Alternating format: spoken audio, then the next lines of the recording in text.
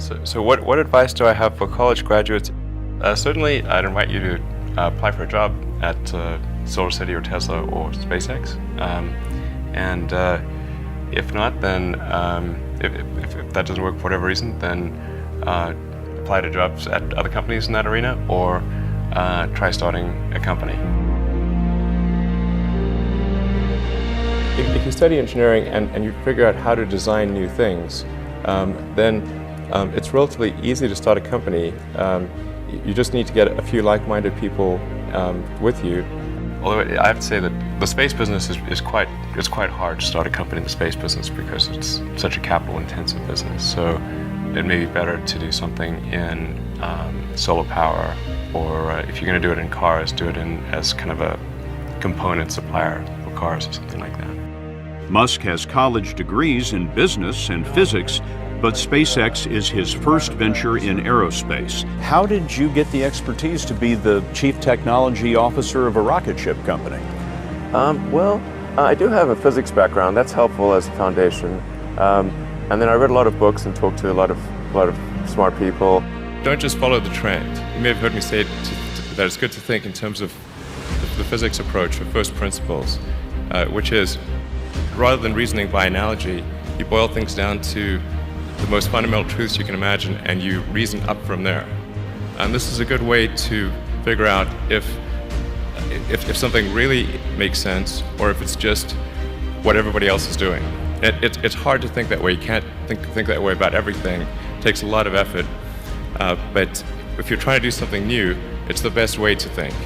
And that framework was developed by physicists to figure out counterintuitive things like quantum mechanics. So it's really a powerful method.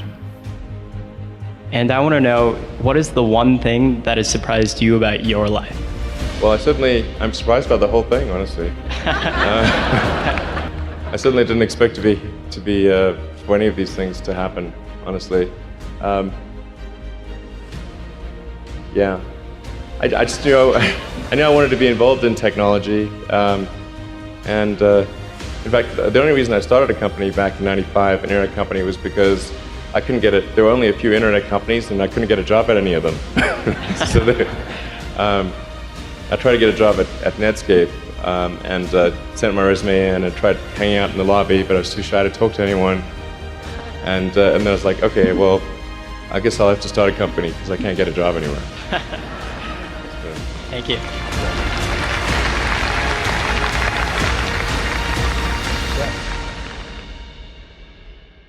I wouldn't say I'm fearless.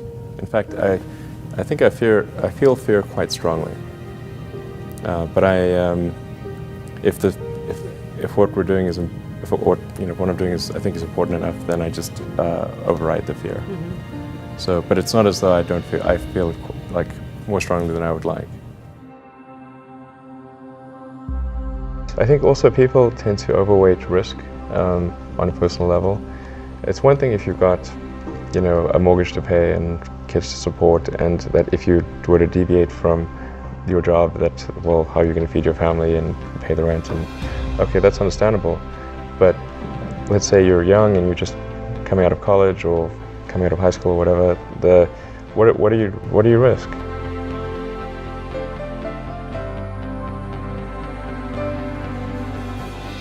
You're not going to starve. I mean, right. It's really certainly not in any kind of modern economy. It's so easy to earn enough money just to live somewhere and eat food. I don't know what are they afraid of? They're mostly afraid of failure, I think.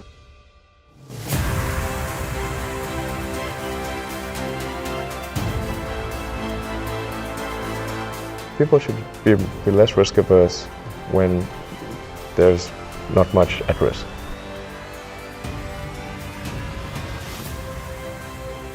What is education? Like, you're basically downloading data and algorithms into your brain, and it's actually amazingly bad in conventional education, because it shouldn't be like this huge chore. Like, the more you can gamify the process of learning, the better.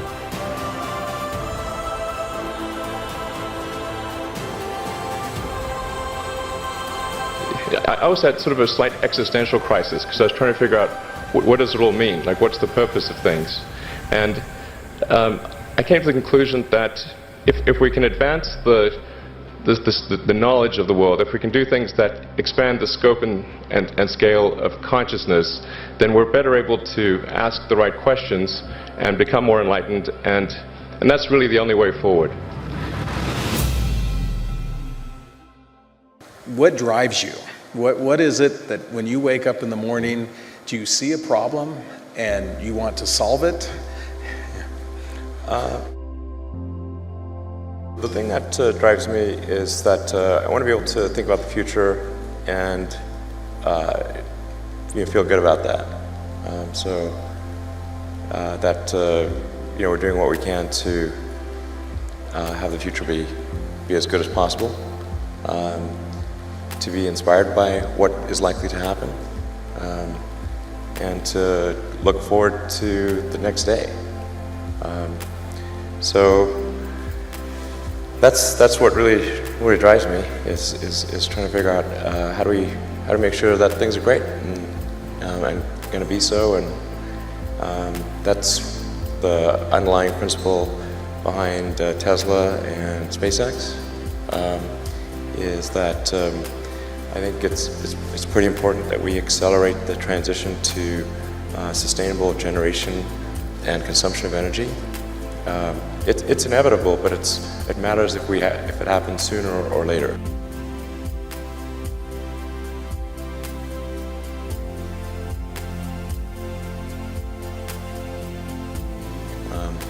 And then SpaceX is about helping make life multiplanetary, and doing what we can to continue the dream of Apollo, and ultimately make a contribution to life becoming multiplanetary. Well, let's talk a little more about that. I think everyone is very interested in that when you say making life multiplanetary. Yeah, that's exciting. It is exciting. So what's your vision there? I think, particularly for Americans, like think about America is a nation of explorers. People came here from other parts of the world that, chose to give up the known in favor of the unknown. So I think exploration, like the United States is a distillation of the human spirit of exploration. So that's why it appeals to Americans so much. You can see this when, say, there was a shuttle tragedy and 7 people died, and that's terrible, but a lot of people die all the time. But why do we care so much? Because it was the dream of exploration that was dying along with those people. That's why. I thought both Tesla and SpaceX would fail at the beginning. You thought? Yeah, sure. Really? Of course. But nevertheless, you put all your money in that. I expected to lose it. Well, technically, what I thought was, well, I'll take half the money from PayPal, and if I lose half of it, that's okay. But then, of course, the companies encounter difficulties, and then have a choice of either let the company die, or put, all the money into the companies. And so I really didn't want the companies to die, so I put all the money in the companies. Yeah. And then I had to borrow money from friends to pay living expenses. Yes. It's just looking just for evidence of exceptional ability. And if there's a track record of exceptional achievement, then it's likely that will continue into the future.